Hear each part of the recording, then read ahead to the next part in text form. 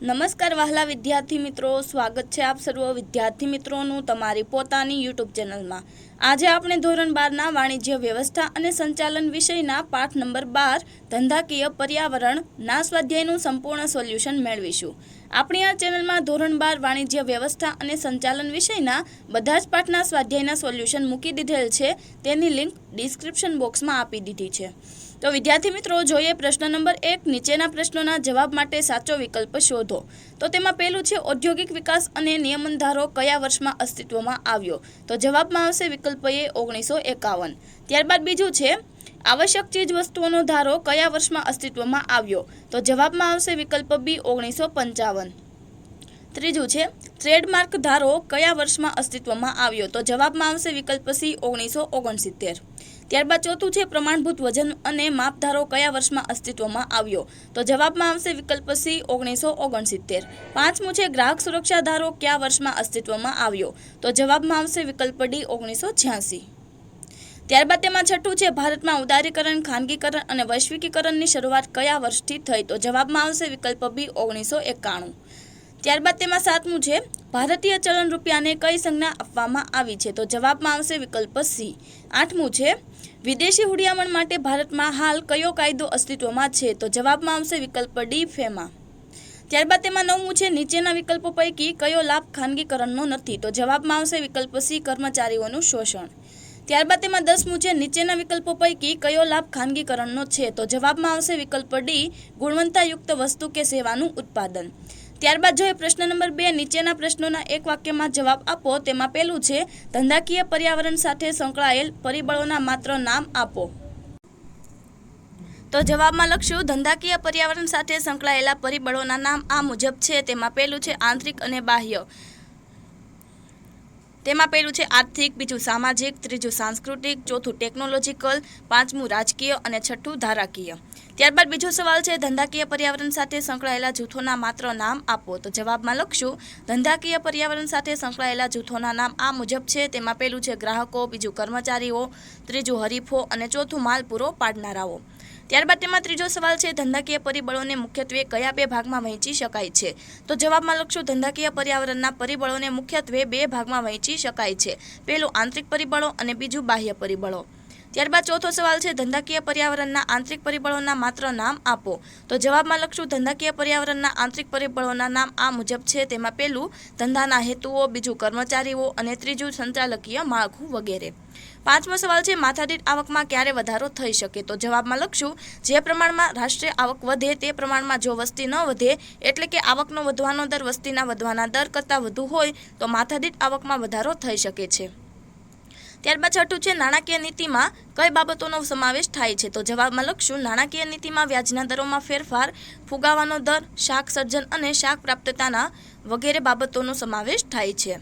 સાતમું છે રાજકોષીય નીતિ કઈ બાબતો સાથે સંકળાયેલી છે? તો જવાબમાં લખશું રાજકોષીય નીતિ કરવેરાના માળખા અને સરકારી ખર્ચ સાથે સંકળાયેલી છે।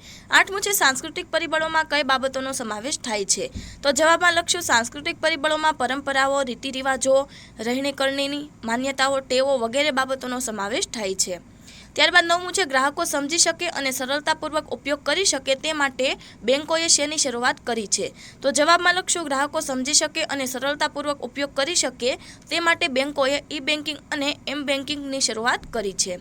ત્યારબાદ 10મું છે ઈ બેન્કિંગ અને એમ બેન્કિંગની સેવાનો લાભ લેવા માટે શું જરૂરી છે? તો જવાબમાં લખશું ઈ બેન્કિંગ અને એમ બેન્કિંગની સેવાનો લાભ લેવા માટે ઇન્ટરનેટ કનેક્શન ધરાવતા કમ્પ્યુટર અને ઇન્ટરનેટ કનેક્શન ધરાવતા સ્માર્ટ મોબાઈલ ફોન જરૂરી છે। ત્યારબાદ જોઈએ પ્રશ્ન નંબર 3। નીચેના પ્રશ્નોના ટૂંકમાં જવાબ આપો। તેમાં પહેલું છે ધંધાકીય પર્યાવરણનો અર્થ આપી તેને અસર કરતા પરિબળોની માત્ર યાદી બનાવો। તો જવાબમાં લખશું તેમાં સૌપ્રથમ છે ધંધાકીય પર્યાવરણનો અર્થ। તો તેમાં લખશું ધંધા પર આસપાસના અનેક પરિબળોની અસર થાય છે। આ પરિબળોનો સમૂહ ધંધાકીય પર્યાવરણ કહેવાય છે। ધંધાકીય પર્યાવરણમાં આર્થિક, સામાજિક, સાંસ્કૃતિક, ટેકનોલોજીકલ, રાજકીય અને ધારાકીય વગેરે પરિબળોનો સમાવેશ થાય છે। આ ઉપરાંત કેટલાક સમૂહો કે જૂથો જેવા કે ગ્રાહકો, કર્મચારીઓ, હરીફો, માલ પૂરો પાડનારાઓ વગેરેનો ધંધાકીય પર્યાવરણમાં સમાવેશ થાય છે। ધંધાકીય પર્યાવરણ એ એવા પરિબળોનો સમૂહ છે કે જે ધંધામાં નવી તકો અને નવા પડકારોનું સર્જન કરે છે. ધંધાકીય પ્રવૃત્તિના નિર્ણયોમાં આ પરિબળોને ધ્યાનમાં લેવા પડે છે. ધંધાકીય પર્યાવરણમાં સામાન્ય રીતે જેના ઉપર કોઈ વ્યક્તિ કે સંસ્થાનું નિયંત્રણ હોતું નથી તેવા પરિબળો અને અંકુશોનો સમાવેશ થાય છે. પેઢી અને તેના સંચાલકોએ તે પર્યાવરણમાં રહીને પોતાની કામગીરી કરવી પડે છે. જે તે રાષ્ટ્રની પરિસ્થિતિ બદલાતા આ પરિબળો બદલાતા રહે છે અને તે મુજબ નીતિનું ઘડતર થાય છે. આમ ધંધા પર પ્રત્યક્ષ કે પરોક્ષ રીતે અસર કરતા પરિબળોનો સમૂહ એટલે ધંધાકીય પર્યાવરણ. ધંધાકીય પર્યાવરણને અસર કરતા પરિબળોની યાદી નીચે મુજબ છે. તેમાં પહેલું છે આંતરિક પરિબળો. તેમાં આવશે ધંધાના હેતુઓ, કર્મચારીઓ, સંચાલકીય માળખું વગેરે. ત્યારબાદ બ છે બાહ્ય પરિબળો. તેમાં પહેલું છે આર્થિક પરિબળો. તેમાં પહેલું છે આર્થિક પદ્ધતિ, બીજું આર્થિક વિકાસની માત્રા, ત્રીજું ક્ષેત્રીય વિકાસ અને આંતરક્ષેત્રીય જોડાણો, ચોથું રાષ્ટ્રીય આવક અને માથાદીઠ આવક, પાંચમું રાષ્ટ્રીય આવકની વહેંચણી, છઠ્ઠું નાણાકીય નીતિ, સાતમું રાજકોષીય નીતિ તથા આઠમું અન્ય પરિબળો. ત્યારબાદ બીજું છે સામાજિક પરિબળો, ત્રીજું સાંસ્કૃતિક પરિબળો, ચોથું ટેકનોલોજીકલ પરિબળો, પાંચમું રાજકીય પરિબળો તથા છઠ્ઠું ધારાકીય પરિબળો વગેરે. ત્યારબાદ તેમાં બીજો સવાલ છે ધંધાકીય પર્યાવરણનો સતત અભ્યાસ કેમ જરૂરી છે? તો જવાબમાં લખશું ધંધાકીય પર્યાવરણ સંચાલકોને સતત નવું શીખવા માટે એક આધાર પૂરો પાડે છે. ધંધાકીય પર્યાવરણના સતત અભ્યાસને કારણે ધંધાનું કદ અને નફો સતત વધતા રહે છે. મૂડી બજારની પરિસ્થિતિ, ધંધાની પેદાશની ભાવિ માંગ વગેરે જાણી શકાય છે. જેના આધારે ધંધાકીય એકમ પોતાનું આયોજન નક્કી કરી શકે છે. દાખલા તરીકે કમ્પ્યુટર ક્ષેત્રે સતત નવા સોફ્ટવેર તેમજ હાર્ડવેર શોધાતા રહે છે. તેને કારણે આ ક્ષેત્રમાં રહેલા લોકોએ સતત અભ્યાસ કરતા રહેવું પડે છે અને કમ્પ્યુટર ક્ષેત્રના ધંધાનો વિકાસ ઉત્તરોત્તર વધતો જ રહ્યો છે. ત્યારબાદ તેમાં ત્રીજો સવાલ છે ધંધાકીય પર્યાવરણને અસર કરતા આર્થિક પરિબળોનો અર્થ આપી તેમાં સમાવિષ્ટ બાબતોની માત્ર યાદી બનાવો. તો જવાબમાં લખશું કોઈ પણ સમાજ કે દેશમાં ધંધાકીય નિર્ણયો પર જે તે સમાજની કે દેશની આર્થિક ખાસિયતો કે મર્યાદાઓની સીધી અસર થાય છે. આર્થિક બાબતો પર જ ધંધાના વિકાસની કક્ષા અને ધંધાના વિકાસનું સ્વરૂપ મહદઅંશે આધાર રાખે છે. આર્થિક પરિબળોમાં સમાવિષ્ટ થતી બાબતો આ પ્રમાણે છે. પહેલું આર્થિક પદ્ધતિ, બીજું આર્થિક વિકાસની માત્રા, ત્રીજું ક્ષેત્રીય વિકાસ અને આંતરક્ષેત્રીય જોડાણો, ચોથું રાષ્ટ્રીય આવક અને માથાદીઠ આવક, પાંચમું રાષ્ટ્રીય આવકની વહેંચણી, છઠ્ઠું નાણાકીય નીતિ, સાતમું રાજકોષીય નીતિ તથા આઠમું અન્ય પરિબળો. ત્યારબાદ તેમાં ચોથો સવાલ છે ધંધાકીય પર્યાવરણના સામાજિક પરિબળો વિશે જણાવો. તો જવાબમાં લખશું કોઈ પણ ધંધાકીય પ્રવૃત્તિઓનો સમાજમાં ઉદ્ભવ થાય છે, વિકાસ થાય છે અને તેનો અંત પણ સમાજમાં જ આવે છે.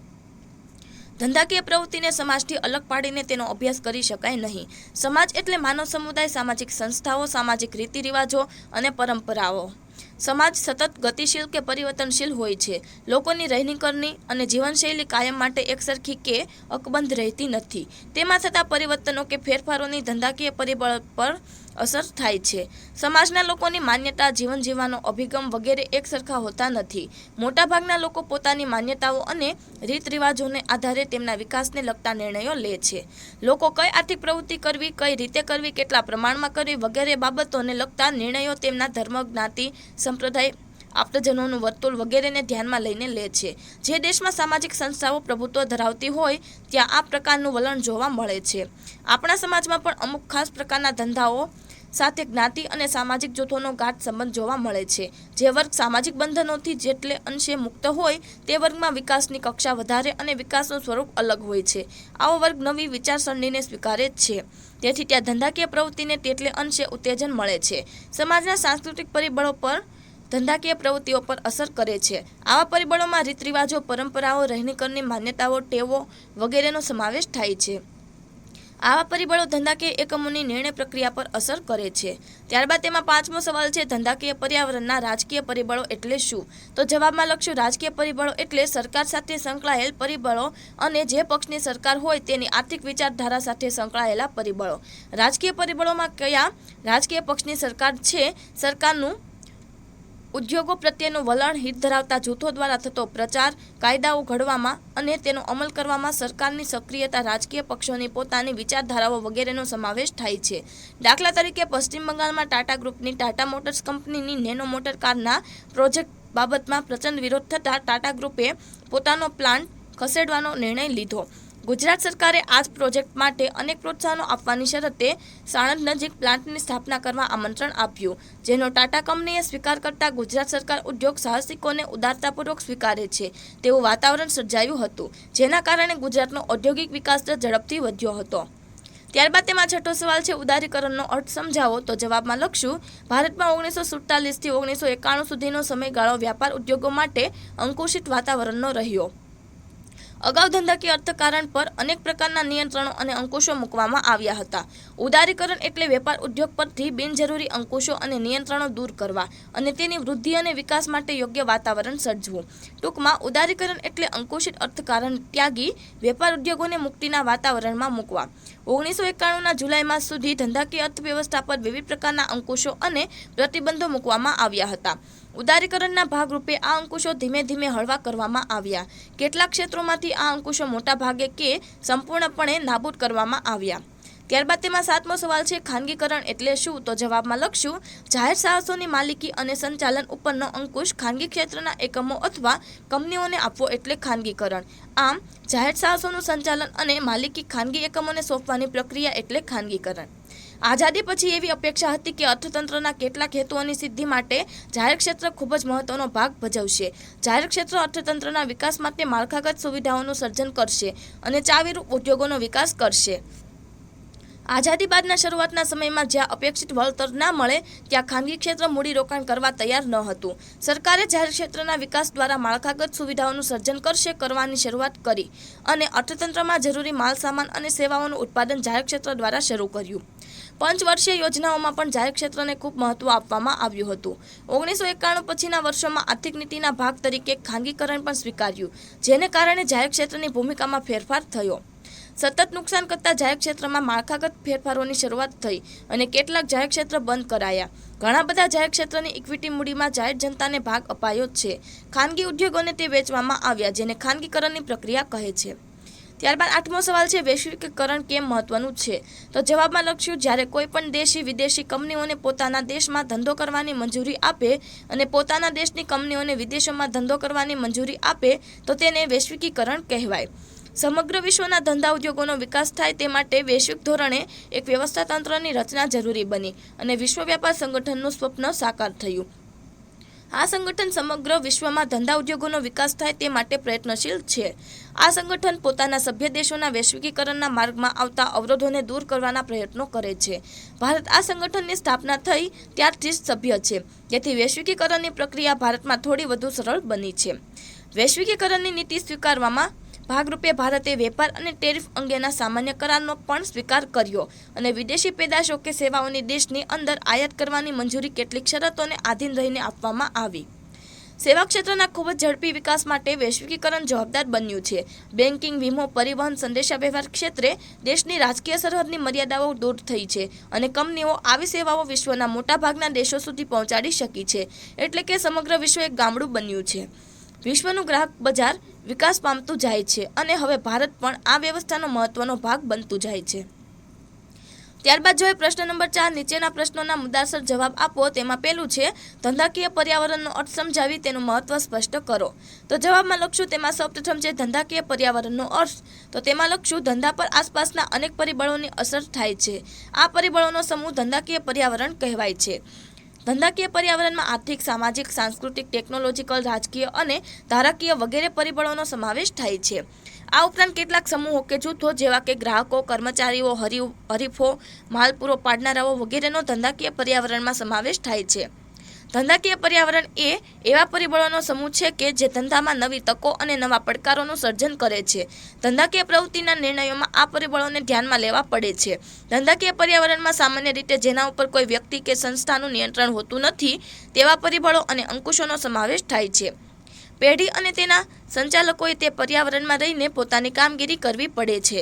જે તે રાષ્ટ્રની પરિસ્થિતિ બદલાતા આ પરિબળો બદલાતા રહે છે અને તે મુજબ નીતિનું ઘડતર થાય છે. આમ ધંધા પર પ્રત્યક્ષ કે પરોક્ષ રીતે અસર કરતા પરિબળોનો સમૂહ એટલે ધંધાકીય પર્યાવરણ. ત્યારબાદ તેમાં જોઈએ ધંધાકીય પર્યાવરણનું મહત્વ. તેમાં લખશું ધંધાકીય પર્યાવરણનું મહત્વ નીચેની બાબતો પરથી સ્પષ્ટ થાય છે. તેમાં પહેલું છે પ્રથમ પ્રવેશનો લાભ. તો તેમાં લખશું ધંધાકીય પર્યાવરણના અભ્યાસને કારણે એકમોને અગાઉથી ધંધાકીય તકોની જાણકારી મળે છે અને તે પેદાશને બજારમાં રજૂ કરી શકે છે અથવા હયાત પેદાશમાં જરૂરી મુજબ ફેરફારો કરે છે. આથી હરીફો આવી તકનો લાભ લે તે અગાઉ તેઓ પ્રથમ રજૂઆતનો લાભ મેળવી શકે છે. દાખલા તરીકે દ્વિચક્રી વાહનોમાં ભારતમાં વર્ષો સુધી સ્કૂટરનું મહત્વ સ્વીકારાયું હતું અને મોટરસાયકલનું વેચાણ તદ્દન ઓછું હતું. ભારતની એક સાયકલ બનાવતી કંપનીએ ભવિષ્યમાં મોટરસાયકલની માંગ વધશે તેવું અનુમાન કરીને વિદેશી કંપની સાથે મોટરસાયકલની ટેકનોલોજી માટે સંયોજન કરી ભારતીય બજારમાં મોટરસાયકલને પ્રચલિત કરી. હાલમાં આ ભારતીય કંપની કેટલાક કારણોસર વિદેશી કંપની સાથે સંયોજન ધરાવતી નથી, છતાં આજે પણ ભારતમાં સૌથી વધુ મોટરસાયકલનું વેચાણ ધરાવે છે. બીજું છે સંચાલકોની સંવેદનશીલતા. તેમાં લખશું ધંધાકીય પર્યાવરણના પરિબળોને કારણે સંચાલકો સંચાલનના કાર્ય પ્રત્યે વધુ સંવેદનશીલ બન્યા છે. દાખલા તરીકે ભારતમાં વર્ષો સુધી કેમેરાના ઉત્પાદનમાં પ્રથમ સ્થાન ધરાવતી કંપનીએ કેમેરાના ઉત્પાદન સાથે પ્રિન્ટર અને કોપિયર મશીનનું ઉત્પાદન કરવાનો નિર્ણય લીધો અને પોતાની ઉત્પાદન ક્ષમતા વધારીને નફાકારકતામાં વધારવાના પ્રયત્નો કર્યા છે. ત્યારબાદ ત્રીજું છે તક ઝડપવી. તેમાં લખશું અમુકવાર ધંધાકીય પર્યાવરણ એવી તકો પૂરી પાડે છે કે જેનો લાભ લેવાથી કાયદો થાય છે. આ માટે પર્યાવરણની સમજ જરૂરી છે. દાખલા તરીકે આંતરરાષ્ટ્રીય બજારમાં ક્રૂડ ઓઇલના ભાવ વધતા પેટ્રોલ અને ડીઝલ મોંઘા થતા ગયા. પરિણામે ઇંધણ કાર્યક્ષમ વાહનોની માંગ વધતી ગઈ. અનેક ઉત્પાદકોએ પોતાના વાહનમાં લોખંડનો થતો ઉપયોગ ઘટાડીને તેની જગ્યાએ વજનમાં હલકા પરંતુ મજબૂત તેવા ફાઇબર મટીરિયલનો ઉપયોગ વધાર્યો. આમ વાહન બનાવતી કંપનીઓને બજારમાં વધુ લાભ મળ્યો. ત્યારબાદ ચોથું છે ભય સ્થાનોની ઓળખ. તેમાં લખશું સતત બદલાતા જતા પર્યાવરણને કારણે કેટલાક ભય સ્થાનોનું સર્જન થાય છે. કેટલીક પેદાશો ગ્રાહકો અમુક સમય પછી પસંદ કરતા નથી. આવા ભય સ્થાનોની ઓળખ થવાથી ધંધામાં જરૂરી ફેરફાર ઝડપથી શક્ય બને છે. દાખલા તરીકે ભારતમાં રેડિયો શરૂઆતના વર્ષોમાં ખૂબ જ પ્રચલિત હતો, પરંતુ રંગીન ટેલિવિઝનને કારણે રેડિયોનું મહત્વ ઘટવા લાગ્યું હતું. રેડિયોની સેવામાં પરિવર્તન લાવવામાં આવ્યું. હાલમાં રેડિયોની સેવા FM બેંક દ્વારા પ્રાપ્ત બની છે. FM રેડિયોની વિવિધ ચેનલોના ઉદ્દેશક પોતાને RJ એટલે કે રેડિયો જોકી કે MJ એટલે કે મ્યુઝિક જોકી તરીકે ઓળખાવે છે અને તેમણે પોતાની ઉદ્દેશનામાં પણ ભારે ફેરફાર કર્યા જે પારંપરિક ઉદ્દેશનાથી અલગ પડે છે અને તેના કારણે ફરીથી FM બેન્ડ રેડિયો તેની વિવિધ ચેનલો દ્વારા પ્રચલિત બન્યો છે. ત્યારબાદ તેમાં પાંચમું છે નીતિ વિષયક નિર્ણયોની ઉપયોગી. તેમાં લખશું કેટલાક નીતિ વિષયક નિર્ણયો લેતી વખતે ધંધાકીય પર્યાવરણની જાણકારી અને વિશ્લેષણ ધંધાર્થીઓને અન્ય ધંધાર્થીઓ કરતાં આગળ મૂકી દે છે. દાખલા તરીકે ભારતનો વીમા ઉદ્યોગ.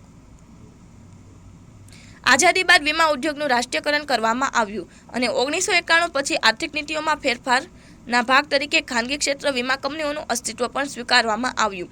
પછીના વર્ષોમાં આવી ખાનગી વીમા કંપનીઓમાં બહુરાષ્ટ્રીય વીમા કંપનીઓનું સીધું વિદેશી રોકાણ પણ સ્વીકારાયું. આમ વિવિધ ધંધાકીય ક્ષેત્રો સાથે જોડાયેલા ઉદ્યોગગૃહોએ પણ વીમા ક્ષેત્રે કામગીરી શરૂ કરી. આવા સમયે ઉદ્યોગ સાહસિકોએ ખાનગી વીમા કંપનીની સ્થાપના કરી અને તેમાં બહુરાષ્ટ્રીય વીમા કંપનીઓની સીધી ભાગીદારી મેળવીને વીમાના ધંધાના વિકાસ પર ધ્યાન કેન્દ્રિત કર્યું છે. ત્યારબાદ છઠ્ઠું છે સતત અભ્યાસ. તેમાં લખશું ધંધાકીય પર્યાવરણ સંચાલકોને સતત નવું શીખવા માટેનો આધાર પૂરો પાડે છે. ધંધાકીય પર્યાવરણના સતત અભ્યાસને કારણે ધંધાના કદ અને નફામાં સતત વધારો થાય છે. મૂડી બજારની પરિસ્થિતિ, ધંધાની પેદાશની ભાવિ માંગ વગેરેની જાણકારી મળે છે. આને કારણે ધંધાકીય એકમ પોતાનું આયોજન નક્કી કરી શકે છે. દાખલા તરીકે કમ્પ્યુટર ક્ષેત્રે સતત નવા સોફ્ટવેર તેમજ હાર્ડવેર શોધાતા રહે છે. તેથી આ ક્ષેત્રમાં કાર્યરત લોકોએ સતત અભ્યાસ કરતા રહેવું પડે છે અને કમ્પ્યુટર ક્ષેત્રના ધંધાનો વિકાસ ઉત્તરોત્તર વધતો જ રહ્યો છે. ત્યારબાદ તેમાં બીજો સવાલ છે ધંધાકીય પર્યાવરણને અસર કરતા આર્થિક પરિબળોનો અર્થ આપી તે વિશે સવિસ્તાર જણાવો. તો જવાબમાં લખશું તેમાં સૌપ્રથમ છે આર્થિક પરિબળોનો અર્થ. તો તેમાં લખશું કોઈ પણ સમાજ કે દેશમાં ધંધાકીય નિર્ણયો પર જે સમાજની કે દેશની આર્થિક બાબતોની સીધી જ અસર થાય છે. આર્થિક બાબતો પર જ ધંધાના વિકાસની કક્ષા અને ધંધાના વિકાસનું સ્વરૂપ મહદઅંશે આધાર રાખે છે. આર્થિક પરિબળમાં નીચેના મુદ્દાનો અંગે વિચારણા કરવી આવશ્યક છે. તેમાં પહેલું છે આર્થિક પદ્ધતિ. તેમાં લખશું આર્થિક પદ્ધતિ કોઈ પણ દેશની આર્થિક પ્રવૃત્તિનું બંધારણ અને દિશા નક્કી કરવામાં ખૂબ જ મહત્વનો ભાગ ભજવે છે. જો દેશમાં મૂડીવાદી આર્થિક પદ્ધતિ અમલમાં હોય તો ત્યાં મુક્ત વેપારની નીતિ અમલમાં છે એમ કહી શકાય. તેમાં ઉત્પાદકો પોતે આર્થિક પ્રવૃત્તિ અંગેના સંઘળા નિર્ણયો લઈ શકે છે. પરિણામે ધંધા માટેના ઉત્સાહમાં વધારો થાય છે. મૂડીવાદી આર્થિક પદ્ધતિમાં સરકારની દખલગીરી પ્રમાણમાં ઘણી ઓછી હોય છે. તેથી વિપરીત સંપૂર્ણ સમાજવાદી આર્થિક પદ્ધતિ હોય તો ત્યાં તમામ નિર્ણયો સરકાર દ્વારા લેવાતા હોવાથી વ્યક્તિગત પ્રોત્સાહનનો અભાવ હોય છે. ભારત જેવા મિશ્ર અર્થતંત્ર ધરાવતા દેશમાં અમુક ક્ષેત્રોમાં ધંધાકીય સ્વાતંત્ર્ય અસ્તિત્વમાં જ છે, જ્યારે અમુક ક્ષેત્રોમાં સરકારનું પ્રભુત્વ જોવા મળે છે. આ રીતે જે તે દેશમાં ધંધાકીય માળખું નક્કી કરવામાં આર્થિક પદ્ધતિ મહત્વનો ભાગ ભજવે છે. બીજું છે આર્થિક વિકાસની માત્રા એટલે કે કક્ષા. તેમાં લખશું આર્થિક વિકાસની માત્રા એટલે દેશ આર્થિક દ્રષ્ટિએ વિકસિત છે, વિકાસશીલ છે કે અલ્પ વિકસિત છે. દેશની આર્થિક વિકાસની માત્રા દેશમાં ધંધાકીય ક્ષેત્રની અનુકૂળતા છે કે પ્રતિકૂળતા તે દર્શાવે છે. જે દેશમાં રાષ્ટ્રીય આવક અને માથાદીઠ આવકનું પ્રમાણ ઊંચું હોય તેમજ પ્રાપ્ય સાધનોનો મહત્તમ વિકાસ થયો હોય તેવા દેશને વિકસિત દેશ કહેવાય. આ તમામ બાબતો વેપાર ઉદ્યોગના ઝડપી વિકાસ અને વૃદ્ધિને ઉત્તેજન આપે છે. જે દેશમાં રાષ્ટ્રીય આવક અને માથાદીઠ આવક સતત વધતી જતી હોય, પ્રાપ્ય સાધન સંપત્તિનો ઉપયોગ વધતો જતો હોય અને વધુ સારા જીવન ધોરણ માટે લોકોની ભૂખ સતત વધતી જતી હોય તેવા દેશને વિકાસશીલ દેશ કહેવાય. આવા દેશોમાં ધંધાકીય તકો મહત્તમ પ્રમાણમાં સંભવિત હોય છે અને સામાજિક માળખું બદલાતું રહે છે, જે વેપાર ધંધા માટે સાનુકૂળતા દર્શાવે છે. જે દેશમાં આવકનું પાસું ખૂબ જ નબળું હોય અને તેનો વૃદ્ધિ દર પણ નબળો હોય તેવા દેશને અલ્પ વિકસિત દેશ કહેવાય. આવા દેશમાં ધંધાકીય વિકાસની તકો મર્યાદિત પ્રમાણમાં હોય છે. આમ આર્થિક વિકાસની પરિસ્થિતિ દેશના ધંધાકીય વિકાસને પ્રેરક કે અવરોધક તરીકેની કામગીરી બજાવે છે. ત્યારબાદ તેમાં ત્રીજું છે ક્ષેત્રીય વિકાસ અને આંતરક્ષેત્રીય જોડાણો. તેમાં લખશું કોઈપણ દેશમાં કૃષિ ક્ષેત્ર, ઔદ્યોગિક ક્ષેત્ર અને સેવા ક્ષેત્ર દેશના કુલ વિકાસમાં ચાવીરૂપ સ્થાન ધરાવે છે. જે દેશમાં મોટાભાગના લોકોને કૃષિ ક્ષેત્રમાંથી રોજીરોટી પ્રાપ્ત થતી હોય, કૃષિ ક્ષેત્રના વિકાસને કારણે દેશનો કુલ વિકાસ થતો હોય તે દેશમાં કૃષિ ક્ષેત્ર પ્રભુત્વ ધરાવે છે તેમ કહી શકાય. કૃષિ ક્ષેત્રને કારણે રાષ્ટ્રની મોટાભાગની શક્તિ પ્રાથમિક બાબતોમાં ખર્ચાય છે. આને કારણે સ્વતંત્ર ઉદ્યોગ ધંધાના વિકાસ માટેનું વલણ ધીમું હોય છે. ઔદ્યોગિક ક્ષેત્રે ખનિજ સંપત્તિનું ખનન અને તેનો ઉપયોગ અન્ય વસ્તુઓના ઉત્પાદનમાં થાય છે. ભૌતિક ચીજવસ્તુઓના ઉત્પાદન સાથે વધુ પ્રમાણમાં માનવ શક્તિ જોડાય છે. શોધખોળ અને નવીનીકરણની પ્રક્રિયાને વેગ મળે છે, જેથી ધંધાકીય વિકાસની તકમાં વધારો થાય છે. સેવા ક્ષેત્રમાં આર્થિક અને સામાજિક સેવાઓનો સમાવેશ થાય છે. વાહન વ્યવહાર, બેન્કિંગ, પ્રવાસન, શિક્ષણ, આરોગ્યની જે દિશામાં વૃદ્ધિ થાય છે ત્યાં ધંધાકીય રોકાણની શક્યતામાં વધારો થાય છે અને તેટલે અંશે વિકાસની શક્યતામાં પણ વધારો થાય છે. આમ જેમ જેમ લોકો કૃષિ ક્ષેત્રમાંથી ઔદ્યોગિક ક્ષેત્ર અને સેવા ક્ષેત્ર તરફ વળતા જાય છે તેમ તેમ ધંધાકીય તકોમાં પણ વધારો થતો જાય છે. વળી કોઈ પણ સમાજના વિકાસમાં તમામ ક્ષેત્રો સંયુક્ત રીતે જોડાઈને વિકાસના દરમાં વધારો કરે છે. દાખલા તરીકે ખેતીને સમૃદ્ધ કરવા નવા ખાતર, ઉચ્ચ કક્ષાનું બિયારણ, યાંત્રિકીકરણ વગેરેની માંગ વધે છે. આથી આવા ઉદ્યોગો વધે છે. આ સાધનો કૃષિ ક્ષેત્રને પૂરા પાડવા માટે વાહન વ્યવહારની સેવાઓમાં વધારો થાય છે. આ રીતે ઉદ્યોગ અને સેવાઓમાં વધારો થતાં કૃષિ ક્ષેત્રે પણ વિકાસની શક્યતા વધે છે. આમ ક્ષેત્રીય ફેરફારો ધંધા ઉદ્યોગ માટે સાનુકૂળ વાતાવરણ સર્જે છે. ચોથું છે રાષ્ટ્રીય આવક તથા માથાદીઠ આવક. તેમાં લક્ષ્ય રાષ્ટ્રીય આવકની વૃદ્ધિ ધંધા માટે સાનુકૂળ પરિબળ છે. જેટલા પ્રમાણમાં રાષ્ટ્રીય આવકમાં વધારો થાય તેટલા પ્રમાણમાં જો વસ્તી વધારો ન થાય એટલે કે રાષ્ટ્રીય આવકનો વૃદ્ધિદર વસ્તીના વૃદ્ધિદર કરતાં વધારે હોય ત્યારે માથાદીઠ આવકમાં વધારો થાય છે. રાષ્ટ્રીય આવક અને માથાદીઠ આવકમાં વધારો થતાં જીવન જરૂરિયાત અને અન્ય ચીજ વસ્તુઓની માંગમાં વધારો થાય છે. આ બાબત ધંધા માટે સાનુકૂળ પરિબળ છે.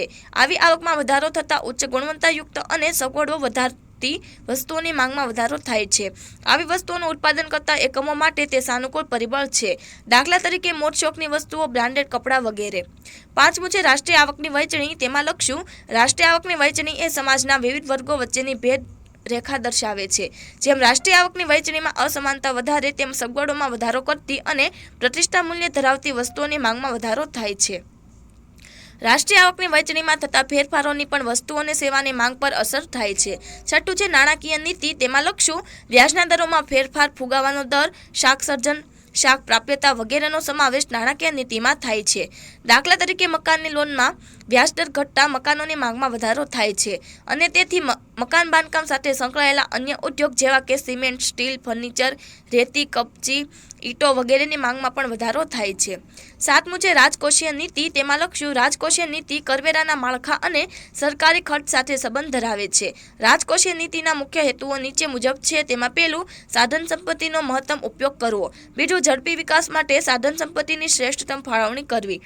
ત્રીજું આવકની વહેંચણીમાં શક્ય હોય તેટલી સમાનતા લાવવી. ચોથું ચીજ વસ્તુઓ અને સેવાઓની કિંમતમાં સ્થિરતા લાવવી. રાજકોષીય નીતિના બે મહત્વના પાસા જોવા મળે છે. તેમાં પહેલું છે કરવેરાનું માળખું વ્યક્તિને એકમ અને સમગ્ર ઉદ્યોગને કેવી રીતે અસરકારક બને છે અને બીજું સરકારી ખર્ચને કારણે આર્થિક પ્રવૃત્તિઓ ઉપર કેટલી અસર થાય છે.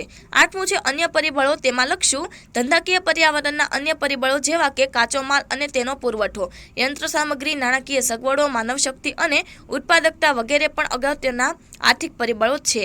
આ પરિબળો ધંધા પર સકારાત્મક કે નકારાત્મક અસર કરે છે। ત્યારબાદ તેમાં ત્રીજો સવાલ છે, ધંધાકીય પર્યાવરણને અસર કરતા સામાજિક પરિબળો અને સાંસ્કૃતિક પરિબળો વિશે નોંધ લખો। તો જવાબમાં લખશું, કોઈ પણ ધંધાકીય પ્રવૃત્તિનો સમાજમાં ઉદ્ભવ થાય છે, વિકાસ થાય છે અને તેનો અંત પણ સમાજમાં જ આવે છે। ધંધાકીય પ્રવૃત્તિને સમાજથી અલગ પાડીને તેનો અભ્યાસ કરી શકાય છે। સમાજ એટલે માનવ સમુદાય, સામાજિક સંસ્થાઓ, સામાજિક રીતિરિવાજો અને પરંપરાઓ। સમાજ સતત ગતિશીલ કે પરિવર્તનશીલ હોય છે। લોકોની રહેણીકરણી અને જીવનશૈલી કાયમ માટે એકસરખી કે અકબંધ રહેતી નથી। તેમાં થતા પરિવર્તનો કે ફેરફારોની ધંધાકીય પરિબળ પર અસર થાય છે। સમાજના લોકોની માન્યતા, જીવન જીવવાનો અભિગમ વગેરે એક સરખા હોતા નથી। મોટાભાગના લોકો પોતાની માન્યતાઓ અને રીત રિવાજોને આધારે તેમના વિકાસને લગતા નિર્ણયો લે છે।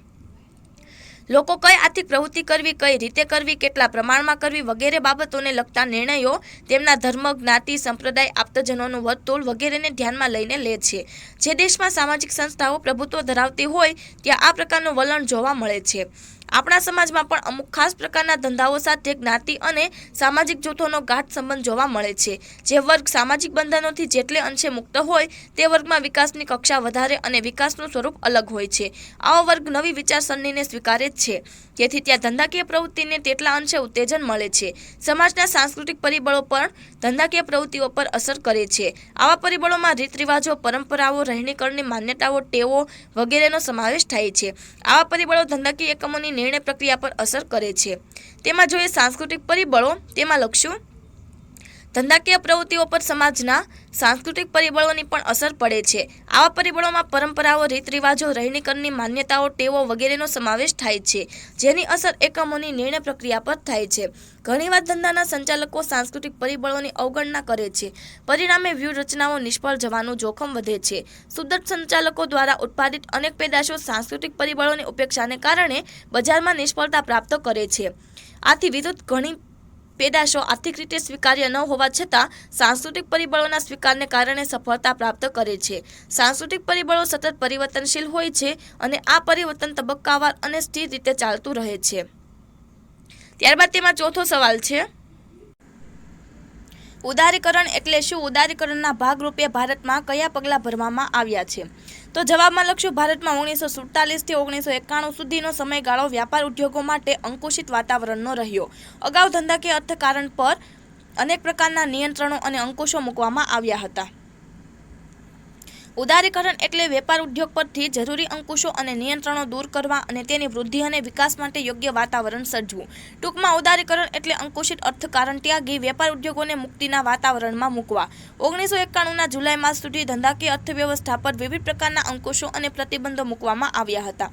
ઉદારીકરણના ભાગરૂપે આ અંકુશો ધીમે ધીમે હળવા કરવામાં આવ્યા। કેટલાક ક્ષેત્રોમાંથી આ અંકુશો મોટા ભાગે કે સંપૂર્ણપણે નાબૂદ કરવામાં આવ્યા। ઉદારીકરણની પ્રક્રિયાના ભાગરૂપે ભારતમાં નીચે મુજબના પગલાં ભરવામાં આવ્યા છે, જેને ઉદારીકરણની અસરો પણ કહી શકાય। તેમાં લખશું, ભારતીય ઉદ્યોગોમાં પરદેશના મૂડીરોકાણ પર પ્રતિબંધ હતો, જે દૂર કરવામાં આવ્યો। પરદેશી ધંધાર્થીઓ કે રોકાણકારો ભારતીય ઉદ્યોગોમાં રોકાણ કરી શકે છે, તેમજ રોકાણની મહત્તમ મર્યાદા પણ વધારવામાં આવી છે। પરદેશી ધંધાર્થીઓ અને રોકાણકારોને આકર્ષવા માટે તેમને વિવિધ પ્રકારના આર્થિક અને બિન આર્થિક પ્રોત્સાહનો તેમજ વિવિધ પ્રકારની આર્થિક છૂટછાટો પણ આપવામાં આવી રહી છે। ભારતમાં શેરબજાર ક્ષેત્રે વધુ વિદેશી રોકાણકારો આવી શકે તે માટે શેરબજારની ખરીદ વેચાણની પ્રક્રિયાને સંપૂર્ણ પારદર્શી બનાવવા અનેક પ્રકારના પગલાં લેવામાં આવ્યા છે। શેરના ભૌતિક સ્વરૂપનું ઇલેક્ટ્રોનિક સ્વરૂપમાં એટલે કે ડીમેટ સ્વરૂપમાં રૂપાંતર થયું છે। શેર બજારોમાં શેરની લે વેચ, તેની ડિલિવરી અને શેરના ખરીદ સમયે રકમની ચૂકવણી કે વેચાણ સમયે વેચાણ રકમ પ્રાપ્ત કરવાની વિધિ વધુ પારદર્શક અને આંતરરાષ્ટ્રીય માપદંડો મુજબની બનાવવામાં આવી છે। સરકારે કર માળખાએ વધુ સરળ અને પારદર્શી બનાવવા માટે પગલાં લેવાની શરૂઆત કરી છે। વેચાણ વેરો, આબકારી જકાત વગેરેને સરળતાથી બનાવવાની પ્રક્રિયા શરૂ કરવામાં આવી છે। કર માળખામાં પણ નિયંત્રણો હળવા બનાવવામાં આવ્યા છે। તાજેતરમાં ભારત સરકારે માલ અને સેવા કાયદો લાગુ કરવાની પ્રક્રિયા શરૂ કરી છે, જે કર માળખાને પારદર્શક બનાવવાની દિશામાં ખૂબ જ મહત્વનું પગલું છે। ભારતીય ચલણ રૂપિયાને નવી સંજ્ઞા રૂપિયા આપવામાં આવી છે। ભારતીય રૂપિયાને અમુક શરતોને આધીન મુક્ત કરવામાં આવ્યો છે। ભારતમાંથી પરવાના પદ્ધતિ લગભગ દૂર કરવામાં આવી છે। ઉદારીકરણ અગાઉ મોટાભાગના ઉદ્યોગો પરવાના આધારિત હતા, પરંતુ હવે ઉદારીકરણના ભાગરૂપે આ પ્રમાણ હાલમાં નહીવત છે। ભારતમાંથી નિકાસોનું પ્રમાણ વધે તે માટે સંકલિત પ્રયત્નો કરવામાં આવ્યા છે. ભારતીય ઉદ્યોગોને નિકાસ માટે હાલમાં અનેક પ્રકારના પ્રોત્સાહનો પૂરા પાડવામાં આવી રહ્યા છે. આયાત જકાતના દરમાં પણ ઘટાડો કરવામાં આવ્યો છે. ભારત માટે વિદેશી ઉડિયામણની પરિસ્થિતિ સુધરી છે. વિદેશી વિનિમય નિયંત્રણ ધારાને રદ કરી વિદેશી વિનિમય સંચાલન ધારો અસ્તિત્વમાં આવ્યો છે. ફેમાના નામથી જ સમજાય છે કે હવે દેશના વેપાર ઉદ્યોગના વિકાસને અનુરૂપ વિદેશી ઉડિયામણનો પ્રવાહ ભારત તરફ આવે તે રીતે વિદેશી ઉડિયામણનું સંચાલન કરવું. આથી વિદેશી ઉડિયામણ ઉપર પ્રતિબંધનો પ્રશ્ન રહેતો નથી. ઇજારાશાહી પ્રતિબંધક વ્યાપાર ધારાની અનેક કલમોમાં ફેરફાર કરી ઘણા પ્રતિબંધો હળવા કરવામાં આવ્યા છે કે નાબૂદ કરવામાં આવ્યા છે. હજુ પણ અનિચ્છનીય વ્યાપાર વૃત્તિના નિયંત્રણો વિધાયક સ્વરૂપે ચાલુ રાખવામાં આવ્યા છે. રિઝર્વ બેંક ઓફ ઇન્ડિયાએ ભારતમાં બેંકોને થાપણો પર અને ધિરાણ પરના વ્યાજદર નક્કી કરવા અમુક શરતોને આધીન હાલમાં સ્વતંત્રતા આપી છે, જે અગાઉ મળતી ન હતી. વસ્તુઓ અને સેવાઓની આયાત કરવાનું અને તેની ચૂકવણી વિદેશી ઉડિયામણમાં કરવાનું હવે વધુ સરળ બન્યું છે. ભારતીય નાગરિકોને વિદેશમાં હરવા ફરવા માટે, પોતાના બાળકોને વિદેશમાં અભ્યાસ માટે કે વિદેશમાં મિલકતોની ખરીદી કે રોકાણ માટે વિદેશી ઉડિયામણની પ્રાપ્યતા અમુક શરતોને આધીન રહીને સરળ બનાવવામાં આવી છે. આ બાબતો પરથી સ્પષ્ટ થાય છે કે ભારતીય અર્થતંત્ર અંકુશોની હારમાળામાંથી મુક્ત થઈ ઉદારીકરણના સોપાનો તરફ ખૂબ ઝડપી પ્રગતિ કરી રહ્યું છે. ત્યારબાદ તેમાં 5મો સવાલ છે, ખાનગીકરણ એટલે શું, તેની અસરો જણાવો. તો જવાબમાં લખશું, ખાનગીકરણ એટલે જાહેર સાહસોની માલિકી અને સંચાલન ઉપરનો અંકુશ ખાનગી ક્ષેત્રના એકમો અથવા કંપનીઓને આપવો, એટલે કે જાહેર સાહસોનું સંચાલન અને માલિકી ખાનગી એકમોને સોંપવાની પ્રક્રિયા. તેમાં જોઈએ ખાનગીકરણના લાભો એટલે કે હકારાત્મક અસરો. તેમાં લખશું, કાર્યક્ષમતામાં વધારો, રાજકીય દખલગીરીનો અભાવ, ગુણવત્તાયુક્ત વસ્તુ કે સેવા, વ્યવસ્થિત માર્કેટિંગ, અત્યાધુનિક ટેકનોલોજીનો ઉપયોગ, જવાબદારીના ધોરણોની સ્થાપના અને તેનો અમલ, હરીફાઈના વાતાવરણનું સર્જન, નવી શોધખોળનો લાભ, સર્જનાત્મક અને નવીનતાનો લાભ, ઉત્પાદનના સાધનોનો મહત્તમ ઉપયોગ તથા માળખાગત સુવિધાઓનું સર્જન વગેરે. ત્યારબાદ તેમાં જોઈએ ખાનગીકરણના ગેરલાભો. તેમાં છે નકારાત્મક અસરો. તેમાં લખશું, કર્મચારીઓનું શોષણ, ઉચ્ચ સંચાલકો દ્વારા સત્તાનો દુરુપયોગ, આવક અને સંપત્તિની અસમાન વહેંચણી, કર્મચારીઓની નોકરીની સલામતીનો અભાવ, નફાને વધુ પ્રાથમિકતા તથા ગ્રાહકોનું શોષણ વગેરે.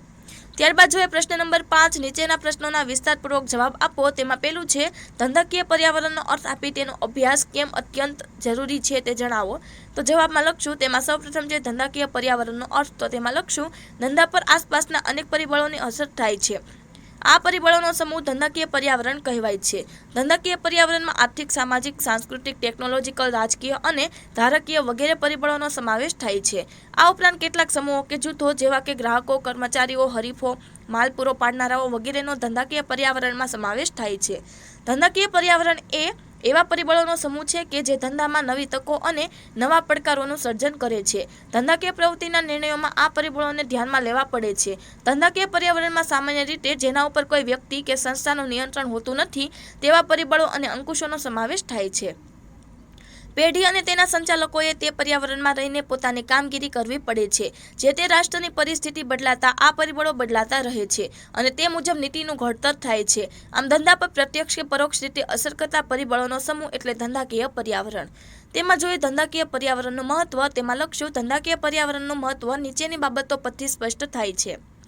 તો તેમાં પહેલું છે પ્રથમ પ્રવેશનો લાભ. તો તેમાં લખશું, ધંધાકીય પર્યાવરણના અભ્યાસને કારણે એકમોને અગાઉથી ધંધાકીય તકોની જાણકારી મળે છે અને તે પેદાશને બજારમાં રજૂ કરી શકે છે અથવા હયાત પેદાશમાં જરૂરી મુજબ ફેરફારો કરે છે. આથી હરીફો આવી તકનો લાભ લે તે અગાઉ તેઓ પ્રથમ રજૂઆતનો લાભ મેળવી શકે છે. દાખલા તરીકે દ્વિચક્રી વાહનોમાં ભારતમાં વર્ષો સુધી સ્કૂટરનું મહત્વ સ્વીકારાયું હતું અને મોટરસાયકલનું વેચાણ તદ્દન ઓછું હતું. ભારતની એક સાયકલ બનાવતી કંપનીએ ભવિષ્યમાં મોટરસાયકલની માંગ વધશે તેવું અનુમાન કરીને વિદેશી કંપની સાથે મોટરસાયકલની ટેકનોલોજી માટે સંયોજન કરી ભારતીય બજારમાં મોટરસાયકલને પ્રચલિત કરી. હાલમાં આ ભારતીય કંપની કેટલાક કારણોસર વિદેશી કંપની સાથે સંયોજન ધરાવતી નથી, છતાં આજે પણ ભારતમાં સૌથી વધુ મોટરસાયકલનું વેચાણ ધરાવે છે. બીજું છે સંચાલકોની સંવેદનશીલતા. તેમાં લખશું, ધંધાકીય પર્યાવરણના પરિબળોને કારણે સંચાલકો સંચાલનના કાર્ય પ્રત્યે વધુ સંવેદનશીલ બન્યા છે. દાખલા તરીકે ભારતમાં વર્ષો સુધી કેમેરાના ઉત્પાદનમાં પ્રથમ સ્થાન ધરાવતી કંપનીએ કેમેરાના ઉત્પાદન સાથે પ્રિન્ટર અને કોપિયર મશીનનું ઉત્પાદન કરવાનો નિર્ણય લીધો અને પોતાની ઉત્પાદન ક્ષમતા વધારીને નફાકારકતા વધારવાના પ્રયત્નો કર્યા છે. ત્રીજું છે તક ઝડપવી, તેમાં લખશું અમુક વાર ધંધાકીય પર્યાવરણ એવી તકો પૂરી પાડે છે કે જેનો લાભ લેવાથી ફાયદો થાય છે. આ માટે પર્યાવરણની સમજ જરૂરી છે. દાખલા તરીકે આંતરરાષ્ટ્રીય બજારમાં ક્રૂડ ઓઇલના ભાવ વધતા પેટ્રોલ અને ડીઝલ મોંઘા થતા ગયા. પરિણામે ઇંધણ કાર્યક્ષમ વાહનોની માંગ વધતી ગઈ. અનેક ઉત્પાદકોએ પોતાના વાહનોમાં લોખંડનો થતો ઉપયોગ ઘટાડીને તેની જગ્યાએ વજનમાં હલકા પરંતુ મજબૂત તેવા ફાઇબર મટીરિયલનો ઉપયોગ વધાર્યો. આમ વાહન બનાવતી કંપનીઓને બજારમાં વધુ લાભ મળ્યો. ચોથું છે ભય સ્થાનોની ઓળખ, તેમાં લખશું સતત બદલાતા જતા પર્યાવરણને કારણે કેટલાક ભય સ્થાનોનું સર્જન થાય છે. કેટલીક પેદાશો ગ્રાહકો અમુક સમય પછી પસંદ કરતા નથી. આવા ભય સ્થાનોની ઓળખ થવાથી ધંધામાં જરૂરી ફેરફાર ઝડપથી શક્ય બને છે. દાખલા તરીકે ભારતમાં રેડિયો શરૂઆતના વર્ષોમાં ખૂબ જ પ્રચલિત હતો, પરંતુ રંગીન ટેલિવિઝનને કારણે રેડિયાનું મહત્વ ઘટવા લાગ્યું હતું. રેડિયોની સેવામાં પરિવર્તન લાવવામાં આવ્યું. હાલમાં રેડિયોની સેવા FM બેંક દ્વારા પ્રાપ્ત બની છે. FM રેડિયોની વિવિધ ચેનલોમાં ઉદ્ઘોષક પોતાને RJ કે MJ તરીકે ઓળખાવે છે અને તેમણે પોતાની ઉદ્ઘોષણામાં પણ ભારે ફેરફાર કર્યા, જે પારંપરિક ઉદ્ઘોષણાથી અલગ પડે છે અને તેના કારણે ફરીથી FM બેન્ડ રેડિયો તેની વિવિધ ચેનલો દ્વારા પ્રચલિત બન્યો છે. પાંચમું છે નીતિ વિષયક નિર્ણયોમાં ઉપયોગી, તેમાં લખશું કેટલાક નીતિ વિષયક નિર્ણયો લેતી વખતે ધંધાકીય પર્યાવરણની જાણકારી અને વિશ્લેષણ ધંધાર્થીઓને અન્ય ધંધાર્થીઓ કરતાં આગળ મૂકી દે છે. દાખલા તરીકે ભારતનો વીમા ઉદ્યોગ. આઝાદી બાદ વીમા ઉદ્યોગનું રાષ્ટ્રીયકરણ કરવામાં આવ્યું અને 1991 પછી આર્થિક નીતિઓમાં ફેરફારના ભાગ તરીકે ખાનગી ક્ષેત્રે વીમા કંપનીઓનું અસ્તિત્વ પણ સ્વીકારવામાં આવ્યું. પછીના વર્ષોમાં આવી ખાનગી વીમા કંપનીઓમાં બહુરાષ્ટ્રીય વીમા કંપનીઓનું સીધું વિદેશી રોકાણ પણ સ્વીકારાયું. આમ વિવિધ ધંધાકીય ક્ષેત્રો સાથે જોડાયેલા ઉદ્યોગગૃહે પણ વીમા ક્ષેત્રે કામગીરી શરૂ કરી. આવા સમયે ઉદ્યોગ સાહસિકોએ ખાનગી વીમા કંપનીની સ્થાપના કરી અને તેમાં બહુરાષ્ટ્રીય વીમા કંપનીઓની સીધી ભાગીદારી મેળવીને વીમાના ધંધાના વિકાસ પર ધ્યાન કેન્દ્રિત કર્યું છે. છઠ્ઠું છે સતત અભ્યાસ, તેમાં લખશું ધંધાકીય પર્યાવરણ સંચાલકોને સતત નવું શીખવા માટેનો આધાર પૂરો પાડે છે. ધંધાકીય પર્યાવરણના સતત અભ્યાસને કારણે ધંધાના કદ અને નફામાં સતત વધારો થાય છે. મૂડી બજારની પરિસ્થિતિ, ધંધાની પેદાશની ભાવિ માંગ વગેરેની જાણકારી મળે છે. આને કારણે ધંધાકીય એકમ પોતાનું આયોજન નક્કી કરી શકે છે. દાખલા તરીકે કમ્પ્યુટર ક્ષેત્રે સતત નવા સોફ્ટવેર તેમજ હાર્ડવેર શોધાતા રહે છે. તેથી આ ક્ષેત્રમાં કાર્યરત લોકોએ સતત અભ્યાસ કરતા રહેવું પડે છે અને કમ્પ્યુટર ક્ષેત્રના ધંધાનો વિકાસ ઉત્તરોત્તર વધતો જ રહ્યો છે. ધંધાકીય પર્યાવરણ સંચાલકોને સતત નવું શીખવા માટે એક આધાર પૂરો પાડે છે. ધંધાકીય પર્યાવરણના સતત અભ્યાસને કારણે ધંધાનું કદ અને નફો સતત વધતા રહે છે. મૂડી બજારની પરિસ્થિતિ, ધંધાની પેદાશની ભાવિ માંગ વગેરે જાણી શકાય છે, જેના આધારે ધંધાકીય એકમ પોતાનું આયોજન નક્કી કરી શકે છે. દાખલા તરીકે કમ્પ્યુટર ક્ષેત્રે સતત નવા સોફ્ટવેર તેમજ હાર્ડવેર શોધાતા રહે છે. તેને કારણે આ ક્ષેત્રમાં રહેલા લોકોએ સતત અભ્યાસ કરતા રહેવું પડે છે અને કમ્પ્યુટર ક્ષેત્રના ધંધાનો વિકાસ ઉત્તરોત્તર વધતો જ રહ્યો છે. બીજો સવાલ છે ધંધાકીય પર્યાવરણની તકો પણ સર્જાય છે અને અવરોધો પણ સર્જાય છે, સમજાવો. તો જવાબમાં લખશો અમુક વાર ધંધાકીય પર્યાવરણ એવી તકો પૂરી પાડે છે કે જેનો લાભ લેવાથી ફાયદો થાય છે. આ માટે પર્યાવરણની સમજ જરૂરી છે. દાખલા તરીકે આંતરરાષ્ટ્રીય બજારમાં ક્રૂડ ઓઇલના ભાવ વધતા પેટ્રોલ અને ડીઝલ મોંઘા થતા ગયા. પરિણામે ઇંધણ કાર્યક્ષમ વાહનોની માંગ વધતી ગઈ. અનેક ઉત્પાદકોએ પોતાના વાહનમાં લોખંડનો થતો ઉપયોગ ઘટાડીને તેની જગ્યાએ વજનમાં હલકા પરંતુ મજબૂત તેવા ફાઇબર મટીરિયલનો ઉપયોગ વધાર્યો. આમ વાહન બનાવતી કંપનીઓને બજારમાં વધુ લાભ મળ્યો. સતત બદલાતા જતા પર્યાવરણને કારણે કેટલાક ભય સ્થાનોનું સર્જન થાય છે. કેટલીક પેદાશો ગ્રાહકો અમુક સમય પછી પસંદ કરતા નથી. આવા ભય સ્થાનોની ઓળખ થવાથી ધંધામાં જરૂરી ફેરફાર ઝડપથી શક્ય બને છે. દાખલા તરીકે ભારતમાં રેડિયો શરૂઆતના વર્ષોમાં ખૂબ જ પ્રચલિત હતો, પરંતુ રંગીન ટેલિવિઝનને કારણે રેડિયોનું મહત્વ ઘટવા લાગ્યું હતું. રેડિયોની સેવામાં પરિવર્તન લાવવામાં આવ્યું. હાલમાં રેડિયોની સેવા FM બેન્ડ દ્વારા પ્રાપ્ત બની છે. FM રેડિયોની વિવિધ ચેનલોમાં ઉદ્ઘોષક પોતાને RJ કે MJ તરીકે ઓળખાવે છે અને તેમણે પોતાની ઉદ્ઘોષણામાં પણ ભારે ફેરફાર કર્યા, જે પારંપરિક ઉદ્ઘોષણાથી અલગ પડે છે અને તેના કારણે ફરીથી FM બેન્ડ રેડિયો તેની વિવિધ ચેનલો દ્વારા પ્રચલિત બન્યો છે. ત્યારબાદ તેમાં ત્રીજો સવાલ છે ધંધાકીય પર્યાવરણને અસર કરતા ટેકનોલોજીકલ પરિબળો, રાજકીય પરિબળો અને ધારાકીય પરિબળો વિશે જણાવો. તો જવાબમાં લખશું તેમાં સૌપ્રથમ પહેલું છે ટેકનોલોજીકલ પરિબળો. તેમાં લખશું ટેકનોલોજીકલ પરિબળોમાં ઉત્પાદન માટે કયા પ્રકારની ટેકનોલોજીનો ઉપયોગ કરવો તેનો સમાવેશ થાય છે. વસ્તુ કે સેવાનું ઉત્પાદન કયા પ્રકારની ટેકનોલોજીનો ઉપયોગ કરવું તેમજ વસ્તુ કે સેવામાં કયા પ્રકારની ટેકનોલોજી આપવી કે જેથી વસ્તુ કે સેવાનો ઉપયોગ વધુને વધુ લોકો સરળ રીતે કરી જેથી વસ્તુ શકે.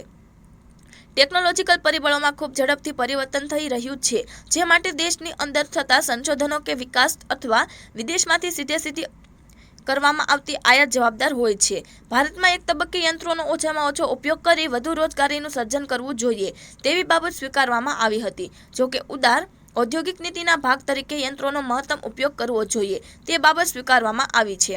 હાલમાં ઘણા ઉદ્યોગો યંત્રમાનવનો ઉપયોગ ગુણવત્તાયુક્ત જથ્થાબંધ અને સતત ઉત્પાદન માટે કરે છે. સામાન્ય વ્યક્તિઓ બેંકની સેવાઓનો વધુ લાભ મેળવી શકે તે માટે લગભગ બધી જ બેંકોએ ઈ-બેન્કિંગ અને એમ-બેન્કિંગનો લાભ પોતાના ગ્રાહકોને આપ્યો છે, જેથી તેઓ તેને સમજી શકે અને તેનો સરળતાપૂર્વક ઉપયોગ કરી શકે. ઈ-બેન્કિંગની સેવાનો લાભ ઇન્ટરનેટ કનેક્શન ધરાવતા કમ્પ્યુટર દ્વારા અને ઇન્ટરનેટ કનેક્શન ધરાવતા સ્માર્ટ મોબાઈલ ફોનથી એમ-બેન્કિંગ દ્વારા પૂરી પાડે છે. બીજું છે રાજકીય પરિબળો. તેમાં લખશું રાજકીય પરિબળો એટલે સરકાર સાથે સંકળાયેલ પરિબળો અને જે પક્ષની સરકાર હોય તેની આર્થિક વિચારધારા સાથે સંકળાયેલા પરિબળો. રાજકીય પરિબળોમાં કયા રાજકીય પક્ષની સરકાર છે, સરકારનું ઉદ્યોગો પ્રત્યેનું વલણ, હિત ધરાવતા જૂથો દ્વારા થતો પ્રચાર, કાયદાઓ ઘડવામાં અને તેનો અમલ કરવામાં સરકારની સક્રિયતા, રાજકીય પક્ષોની પોતાની વિચારધારાઓ વગેરેનો સમાવેશ થાય છે. દાખલા તરીકે પશ્ચિમ બંગાળમાં ટાટા ગ્રુપની ટાટા મોટર્સ કંપનીની નેનો મોટર કારના પ્રોજેક્ટ બાબતમાં પ્રચંડ વિરોધ થતાં ટાટા ગ્રુપે પોતાનો પ્લાન્ટ ખસેડવાનો નિર્ણય લીધો. ગુજરાત સરકારે આ જ પ્રોજેક્ટ માટે અનેક પ્રોત્સાહનો આપવાની શરતે સાણંદ નજીક પ્લાન્ટની સ્થાપના કરવા આમંત્રણ આપ્યું, જેનો ટાટા કંપનીએ સ્વીકાર કરતા ગુજરાત સરકાર ઉદ્યોગ સાહસિકોને ઉદારતાપૂર્વક સ્વીકારે છે તેવું વાતાવરણ સર્જાયું હતું, જેના કારણે ગુજરાતનો ઔદ્યોગિક વિકાસ દર ઝડપથી વધ્યો હતો. ત્રીજું છે ધારાકીય પરિબળો. તેમાં લખશું ધારાકીય પરિબળો એટલે સંસદ કે વિધાનસભા દ્વારા પસાર કરવામાં આવેલા કાયદાઓ. ધંધાકીય એકમોએ સંસદ કે વિધાનસભા દ્વારા પસાર કરવામાં આવેલા કાયદાઓનું પાલન કરવું ફરજિયાત છે. કોઈપણ ધંધાકીય પ્રવૃત્તિ હકીકતમાં સમગ્ર સમાજના વિકાસ માટે છે. સમાજના વિકાસને વેગ પ્રાપ્ત થાય તેમજ કલ્યાણકારી પ્રવૃત્તિઓમાં વૃદ્ધિ થાય તે ઉદ્દેશથી ધંધાકીય પ્રવૃત્તિઓ શરૂ કરવામાં આવે છે. ધંધાનો વિકાસ અને સમાજ કલ્યાણ બંને પ્રત્યક્ષ સંબંધ ધરાવે છે. આથી ધંધાના વિકાસને વેગ મળે અને તેના સારા પરિણામોનું મહત્તમ ફળ સમાજમાં વહેંચાય અને તેના માઠા પરિણામો સમાજે સહન ન કરવા પડે તે માટે સરકાર સજાગ હોય છે. ધંધાકીય પ્રવૃત્તિઓ પર નિયમન માટે વિવિધ કાયદાઓ પસાર કરવામાં આવ્યા છે, જે નીચે મુજબ છે. ઔદ્યોગિક વિકાસ અને નિયમન ધારો 1951, આવશ્યક ચીજવસ્તુઓનો ધારો 1955, ટ્રેડમાર્ક ધારો 1969, પ્રમાણભૂત વજન અને માપ ધારો 1969, ગ્રાહક સુરક્ષા ધારો 1986 વગેરે. સમયની જરૂરિયાત મુજબ જૂના કાયદામાં સુધારા કરવામાં આવે છે અથવા ઘણીવાર તેને નાબૂદ પણ કરવામાં આવે છે. ઇજારાશાહી અને પ્રતિબંધક વેપાર ધારો 1951માં ફેરફારને કારણે અનેક ભારતીય કંપનીઓ પોતાનું કદ વૈશ્વિક ધારાધોરણો મુજબ વધારી શકે છે. ત્યારબાદ તેમાં ચોથો સવાલ છે ખાનગીકરણ એટલે શું? ભારતમાં ખાનગીકરણના ઉદ્ભવ વિશે જણાવી તેના દ્વારા ભારતીય અર્થતંત્રને મળેલા લાભો વિશે જણાવો. તો જવાબમાં લખશું ખાનગીકરણ એટલે જાહેર સાહસોની માલિકી અને સંચાલન ઉપરનો અંકુશ ખાનગી ક્ષેત્રના એકમો અથવા કંપનીઓને આપવો એટલે કે જાહેર સાહસોનું સંચાલન અને માલિકી ખાનગી એકમોને સોંપવાની પ્રક્રિયા. ત્યારબાદ તેમાં જોઈએ ભારતમાં ખાનગીકરણનો ઉદ્ભવ. તેમાં લખશું ભારતના 1991 પછીના વર્ષોમાં આર્થિક નીતિના ભાગ તરીકે ખાનગીકરણ સ્વીકારવામાં આવ્યું. આથી જાહેર ક્ષેત્રની ભૂમિકામાં ફેરફાર થયો. સતત ખોટ કરતા જાહેર ક્ષેત્રમાં માળખાગત ફેરફારો શરૂ થયા અને કેટલાક જાહેર ક્ષેત્ર બંધ કરવામાં આવ્યા. અનેક જાહેર ક્ષેત્રની ઇક્વિટી મૂડીમાં જાહેર જનતાને ભાગ અપાયો છે. ખાનગી ઉદ્યોગોને તે વેચવામાં આવ્યા, જેને ખાનગીકરણની પ્રક્રિયા કહે છે. જાહેર ક્ષેત્રના એકમો પોતાની મૂડીનો અમુક ભાગ જાહેર જનતાને ખરીદવા માટે ઓફર કરે તેને વિમૂડી રોકાણ કે મૂડી વિનિવેશ કહે છે. ભારત સરકારે આ માટે ખાસ અલગ મંત્રાલય શરૂ કર્યું છે. સરકારે પોતાનું વધુ ધ્યાન શિક્ષણ અને માળખાગત સગવડો ઊભી કરવા તરફ આપવાનું શરૂ કર્યું. જાહેર ક્ષેત્રો દ્વારા સતત વધતી બિનકાર્યક્ષમતાને કારણે અંદાજિત લક્ષ્યાંકો સિદ્ધ થતા ન હતા. તે પણ એક ખૂબ મહત્વનું કારણ હતું. જાહેર ક્ષેત્રની બિનકાર્યક્ષમતામાં ઘણા કારણો હતા, જેવા કે પહેલું અમલદારશાહી, બીજું જૂની ટેકનોલોજી, ત્રીજું લાચરુશવતનું વધતું પ્રમાણ, ચોથું જવાબદારીનો અભાવ, પાંચમું કર્મચારી યુનિયનોનો સતત વધતો જતો પ્રભાવ અને છઠ્ઠું રાજકીય દખલગીરી વગેરે. આ બધા કારણોને લીધે ભારતમાં ખાનગીકરણનો ઉદ્ભવ થયો. ત્યારબાદ તેમાં જોઈએ ખાનગીકરણને કારણે ભારતીય અર્થતંત્રને મળેલા લાભ. તેમાં લખશું કાર્યક્ષમતામાં વધારો, રાજકીય દખલગીરીનો અભાવ, ગુણવત્તાયુક્ત વસ્તુ કે સેવા, વ્યવસ્થિત માર્કેટિંગ, અત્યાધુનિક ટેકનોલોજીનો ઉપયોગ, જવાબદારીના ધોરણોની સ્થાપના અને તેનો અમલ, હરીફાઈના વાતાવરણનું સર્જન, નવી શોધખોળનો લાભ, સર્જનાત્મક અને નવીનતાનો લાભ, ઉત્પાદનના સાધનનો મહત્તમ ઉપયોગ તથા માળખાગત સુવિધાઓનું સર્જન વગેરે. ત્યારબાદ તેમાં છે ખાનગીકરણના ગેરલાભો એટલે કે નકારાત્મક અસરો. તેમાં લખશું કર્મચારીઓનું શોષણ, ઉચ્ચ સંચાલકો દ્વારા સત્તાનો દુરુપયોગ, આવક અને સંપત્તિની અસમાન વહેંચણી, કર્મચારીઓની નોકરીની સલામતીનો અભાવ, નફાને વધુ પ્રાથમિકતા તથા ગ્રાહકોનું શોષણ વગેરે. ત્યારબાદ તેમાં પાંચમો સવાલ છે, વૈશ્વિકીકરણનો અર્થ આપી તેના વિશે વિસ્તારપૂર્વક જણાવો. તો જવાબમાં લખશો, જ્યારે કોઈ પણ દેશ વિદેશી કંપનીઓને પોતાના દેશમાં ધંધો કરવાની મંજૂરી આપે અને પોતાના દેશની કંપનીઓને વિદેશોમાં ધંધો કરવાની મંજૂરી આપે તો તેને વૈશ્વિકીકરણ કહેવાય. સમગ્ર વિશ્વના ધંધા ઉદ્યોગોનો વિકાસ થાય તે માટે વૈશ્વિક ધોરણે એક વ્યવસ્થા તંત્રની રચના જરૂરી બની અને વિશ્વ વ્યાપાર સંગઠનનું સ્વપ્ન સાકાર થયું. આ સંગઠન સમગ્ર વિશ્વમાં ધંધા ઉદ્યોગોનો વિકાસ થાય તે માટે પ્રયત્નશીલ છે. આ સંગઠન પોતાના સભ્ય દેશોના વૈશ્વિકીકરણના માર્ગમાં આવતા અવરોધોને દૂર કરવાના પ્રયત્નો કરે છે.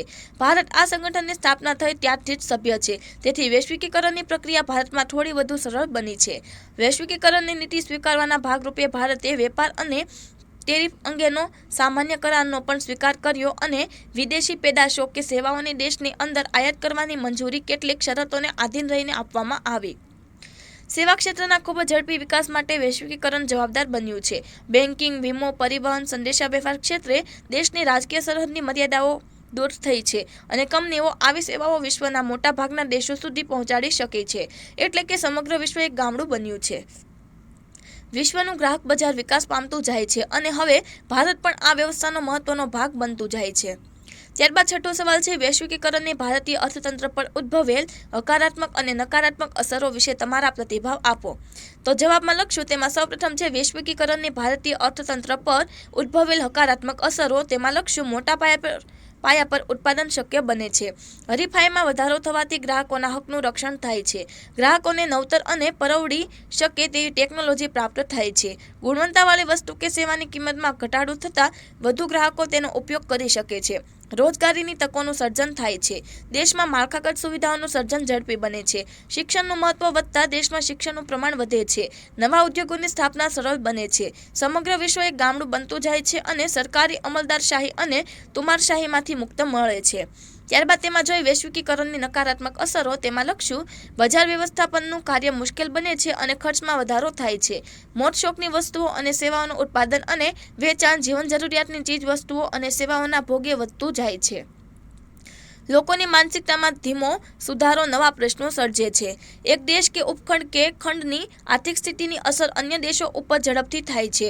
આવક અને સંપત્તિની અસમાનતામાં વધારો થતો જોવા મળે છે. સતત હરીફાઈને કારણે ઘણીવાર નીતિમત્તાનો ભોગ લેવાય છે. મોટું કદ ધરાવતા એકમોને વધુ લાભ મળતા જાય છે અને નાના કદના એકમો અસ્તિત્વ માટે સંઘર્ષ કરે છે. શિક્ષણનો વ્યાપ વિકાસના વ્યાપના પ્રમાણમાં ધીમો રહે તો કર્મચારીઓ સ્પર્ધાત્મક રીતે નબળા પુરવાર થાય છે. બહુરાષ્ટ્રીય કંપનીઓ પોતે જે દેશમાંથી શરૂ થઈ હોય તે દેશ પ્રત્યે સામાન્ય રીતે વધુ વફાદાર રહેતી જોવામાં આવે છે. વૈશ્વિક સામ્રાજ્ય ધરાવતી બહુરાષ્ટ્રીય કંપનીઓ જે તે દેશની આર્થિક નીતિ પોતાની કંપનીને વધુ અનુકૂળ થાય તે રીતે તે દેશના રાજકીય પક્ષો સાથે ગોઠવણ કરતી હોય છે. તો વિદ્યાર્થી મિત્રો, તમે આ સોલ્યુશન જોયું, સાંભળ્યું અને સમજ્યા તે બદલ આપનો ખૂબ ખૂબ આભાર. તેમજ આ વિડીયોની લિંક તમે તમારા મિત્રો અને દોસ્તોને જરૂરથી શેર કરજો.